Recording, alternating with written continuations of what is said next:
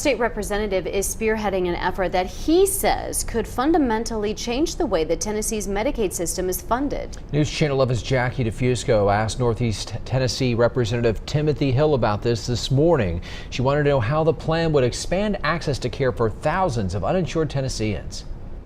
Well, Josh, the short answer to that is so far it doesn't do anything to close the coverage gap, at least not yet. And that's one of the main points of criticism from Democrats who have been pushing state legislators to expand Medicaid under the Affordable Care Act for years.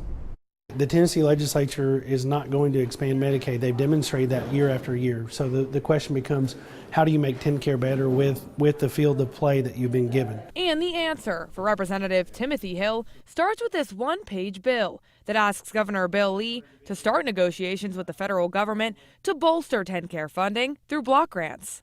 The intent of it is to use existing resources to reduce or eliminate the cost of federal compliance, to be able to serve as many people as possible. By reclaiming tax dollars locally and ridding of redundant costs, Hill says the state can save money. Savings he hopes can be used to cover some of the 9% of Tennesseans who are still uninsured under TennCare.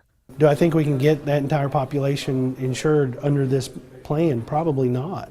But if we can get 5% more, we've done well. Neighboring states like Virginia and Kentucky have already expanded Medicaid to close the coverage gap, and critics contend that now is no time for Tennessee to experiment.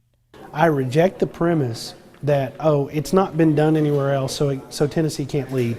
I reject the premise that, oh, well, it's not going to serve enough people, so we can't do it at all. That's a mistake. That's a mistake, because if we can serve more people with existing dollars, we need to do it. And Hill says President Donald Trump's support for Medicaid block grants could give his plan a push. The Trump administration is looking for a couple of states who might be interested in pilot programs, and I think Tennessee very well could be one of the first. Now, Hill emphasized that this bill is just a catalyst to start conversations about changing funding mechanisms for TennCare. There's still no telling how receptive the federal government will be to negotiations. Jackie DeFusco, thank you.